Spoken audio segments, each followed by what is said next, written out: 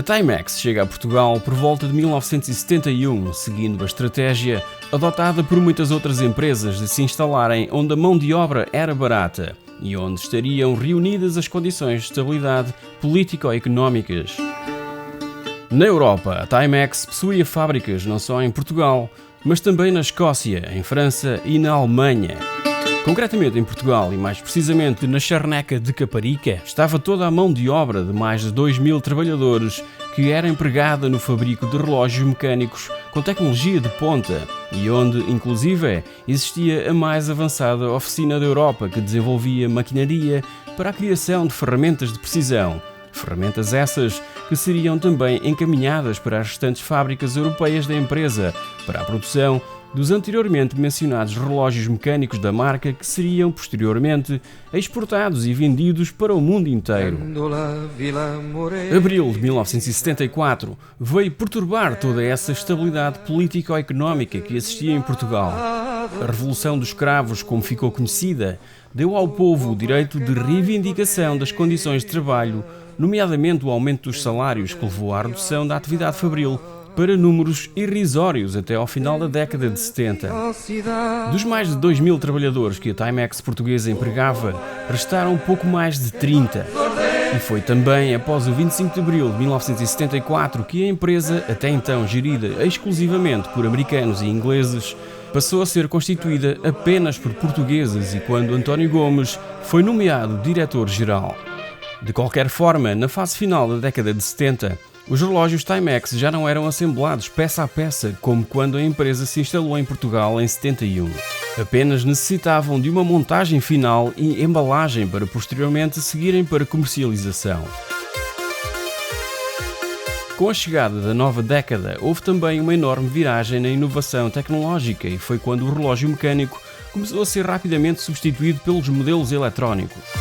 A Timex, sendo uma empresa tradicionalmente ligada ao relógio mecânico, teve que se adaptar à nova realidade, mudando todo o fabrico e assemblagem para o Oriente, nomeadamente para a Tailândia e Filipinas, de onde provinha toda essa nova realidade e inovação e onde, claro está, se encontrava agora a nova e dita mão de obra barata. Entretanto, em Inglaterra, a revolução dos microcomputadores estava prestes a rebentar. Clive Sinclair, inventor inglês que em 1972 ofereceu ao mundo a primeira calculadora de bolso, estava à procura de quem o ajudasse na assemblagem em massa da sua última invenção e na qual apostava bastante. O ZX81, um microcomputador com apenas 1K de memória e o sucessor do ZX80. Esta parceria entre a Sinclair Research e a Timex Corporation surgiu após a dificuldade que houve por parte da Sinclair em satisfazer todos os pedidos e encomendas de que o ZX80 foi alvo e que originou listas de espera de vários meses, pois tratava-se do microcomputador mais barato e acessível que o mercado alguma vez havia visto. Assim, tirando proveito da euforia do consumidor final em torno da microinformática e da decrescente procura de relógios de pulso, a Timex aceita aventurar-se em áreas que não lhe eram muito familiares, como foi o caso da área farmacêutica, que acabou por, mais tarde, se revelar um desastre. Esta aposta na microinformática por parte da Timex iria proporcionar uma diversificação na sua própria oferta, assim como manter os postos de trabalho dos funcionários do grande centro fabril em Dundee, composto por 8 fábricas e que, diga-se de passagem, era um grande empregador daquela zona da Escócia. A empresa possuía toda a capacidade técnica, humana e de distribuição em larga escala, não só nos Estados Unidos, mas também por toda a Europa, revelando-se como a maior aliada de Clive Sinclair, de onde nasceu a parceria Timex-Sinclair.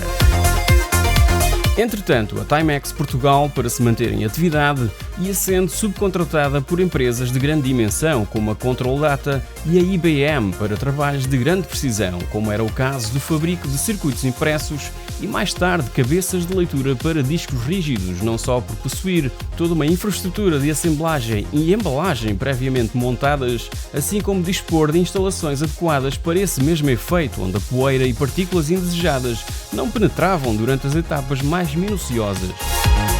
Para além da subcontratação de serviços por parte da IBM e da Control Data, a Timex Portugal continuava a dar assistência pós-venda ao negócio dos relógios de pulso e por volta de 1981 empregava já cerca de 80 pessoas, numa altura em que a fábrica escocesa assemblava o Sinclair ZX81 em larga escala.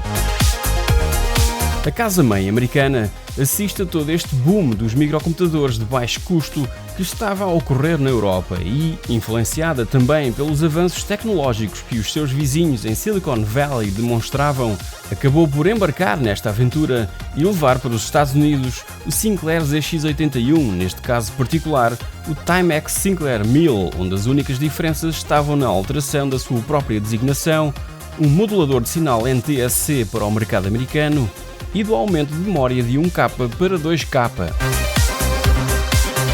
No coração da Timex disputou-se onde este modelo alternativo seria fabricado, se na Escócia ou em Portugal. Como dita a história, a fábrica portuguesa acabou por ganhar essa saudável batalha, fruto do esforço e dedicação de António Gomes, diretor-geral da Timex Portugal, desde o 25 de abril de 1974. De seguida, o grande desafio seria o de produzir 500 modelos do TS1000 por dia. O entusiasmo e empenho no seio da Timex portuguesa era tal que no final do primeiro semestre de 1983 a empresa já havia empregado cerca de 1000 funcionários e diariamente eram fabricados perto de 2000 computadores, todos destinados ao mercado americano, juntamente com os módulos de memória de 16K, conhecidos como RAM Pack. Antecipando as vendas para o Natal de 83, foi registrado um pico de produção de 10.000 máquinas por dia. Entretanto, nos Estados Unidos, a Commodore adotava uma agressiva política de preços, oferecendo cupons de enormes descontos a quem entregasse um computador ou consola usados em troca da aquisição de uma das suas máquinas. Já na época, o mercado americano protegia o consumidor, o qual dispunha do direito de reclamar e devolver o produto caso este não fosse do seu agrado. Assim, o TS1000 era devolvido às lojas por diversos motivos. Problemas de memória, aquecimento excessivo, os programas em cassete não entravam à primeira, o teclado não havia sido desenhado para as mãos dos americanos que, por norma e na média, são maiores do que as dos europeus, entre muitas outras situações. Assim, era imperativo encontrar soluções a nível do hardware que pudessem corrigir ou atenuar esses problemas. Entretanto, na Europa, muitos desses problemas eram também relatados, mas ao contrário dos Estados Unidos, por cá vendiam-se revistas que propunham e solucionavam essas questões e que acabavam por entreter o utilizador final, que metia mãos à obra e corrigia os problemas no conforto da sua própria casa. Devo frisar que por cá o consumidor final praticamente não tinha direitos após a compra.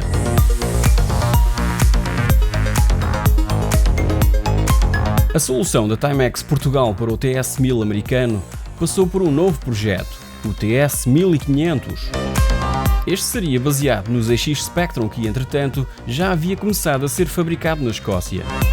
Oferecia 16K de memória dentro de uma caixa idêntica ao ZX Spectrum, mas de cor silver, e que equipava diversas correções implementadas por técnicos da Timex americana e portuguesa. Apesar de todas essas correções e inovações, os computadores continuavam a depender do carregamento de programas e jogos via cassete.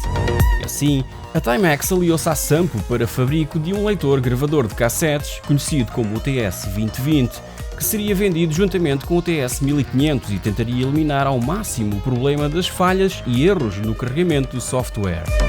Este conjunto foi também comercializado em forma de pack educacional específico para professores dentro de uma mala de transporte, juntamente com uma extensa coleção de literatura e de programas em cassete. Mesmo assim, o mercado americano não ficou convencido, levando a própria Timex Corporation nos Estados Unidos a agarrar o projeto, concebendo e redesenhando uma nova máquina, a que chamaram de TS2068 e que chegaria às lojas em novembro de 1983. Possuía 72K de memória, era grande e mais orientada para a diversão, com um leitor de cartuchos em vez do tradicional leitor de cassetes. Em simultâneo, maioritariamente para o mercado português e polaco e totalmente desenvolvido em Portugal, surgiu o projeto TC2048. Este era o concorrente direto do extremamente popular ZX Spectrum, que também era já vendido no país por essa altura e baseado no TS2068, criado exclusivamente para os Estados Unidos. De frisar que todo o desenvolvimento em torno do TC2048 contemplava o fabrico e fornecimento por parte de diversas empresas portuguesas, não só dos circuitos integrados, mas também dos moldes das caixas das próprias máquinas, das membranas para os teclados e das tintas metálicas isolantes. Mas o grande problema mantinha-se. A carga de programas e jogos continuava a fazer-se usando as temperamentais cassetes. Assim, a Timex Portugal iniciou o desenvolvimento de uma interface de disquetes e um sistema operativo próprio, o TOS. Este novo equipamento foi batizado de Timex FDD e era oferecido em 3 caixas distintas: a fonte de alimentação, o controlador e a drive de disquetes, levando a que muitos utilizadores o apelidassem de FDD3, um sistema bastante avançado em relação às microdrives, que por esta altura já haviam sido apresentadas em Inglaterra por Clive Sinclair como solução para a substituição das cassetes. Estas não deixavam de ser cassetes, mas em formato micro e, diga-se de passagem, continuavam a ser muito pouco fiáveis. A Timex portuguesa tinha, assim, desenvolvido uma forma mais avançada, rápida e segura para a leitura de software, inovando e levando o projeto mais além com a criação, em parceria com o INESC, de uma segunda versão da sua unidade de disquetes. O novo modelo, de nome FDD 3000, estava agora confinado a uma só caixa, onde, para além do controlador e fonte de alimentação, estavam disponíveis não uma, mas 2 drives de disquetes. Não era mais do que um outro computador com um processador Z80 a 4 MHz e que era ligado ao TC2048 com o fim de expandir o processamento e memória, visto que oferecia 64K de RAM e as ditas floppy drives de 3 polegadas.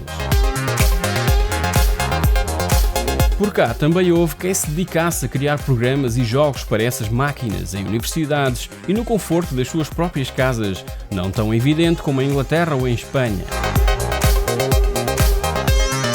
Alguns clássicos emergiram, como foi o caso do Paradise Café ou do Alien Evolution, este último bastante acarinhado pela imprensa inglesa. Outros não conseguiram se ingrar, como aconteceu com City Connection de Manuel Lemos, Ricardo Pinho e Paulo Gordinho, baseado na popular máquina das arcadas e que, infelizmente, não conseguiu atrair a atenção de empresas distribuidoras como a Ocean Software.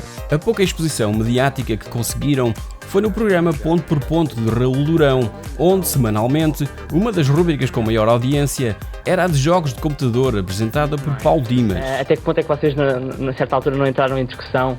Íamos, portanto, ver a máquina para combinar os pormenores. Nos meados da década de 80, a supremacia dos PCs IBM e compatíveis, assim como os computadores de 16-bit de Commodore e Atari, era já de tal ordem que os microcomputadores da Timex e da Sinclair não conseguiam de forma alguma acompanhar. E claro, no final da década, o mercado de jogos estava já também inundado pela Sega e pela Nintendo. Reza a lenda que por volta de 1991, a quando da visita de Margaret Thatcher a Portugal, esta convenceu o então primeiro-ministro Cavaco Silva a mover toda a operação da Timex Portugal para a Escócia.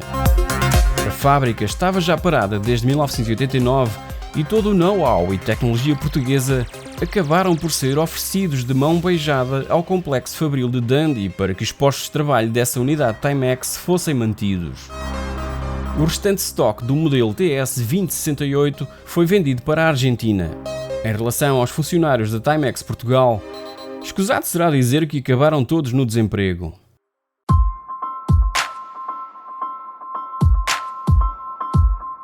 Não sendo uma marca portuguesa, a Timex foi a responsável pelo despertar do interesse pela informática no país, pois introduziu no mercado computadores pessoais de baixo preço que, em meados de 1985, atingiam um volume interno superior a 150 mil unidades, uma das taxas de penetração por família mais elevadas da Europa.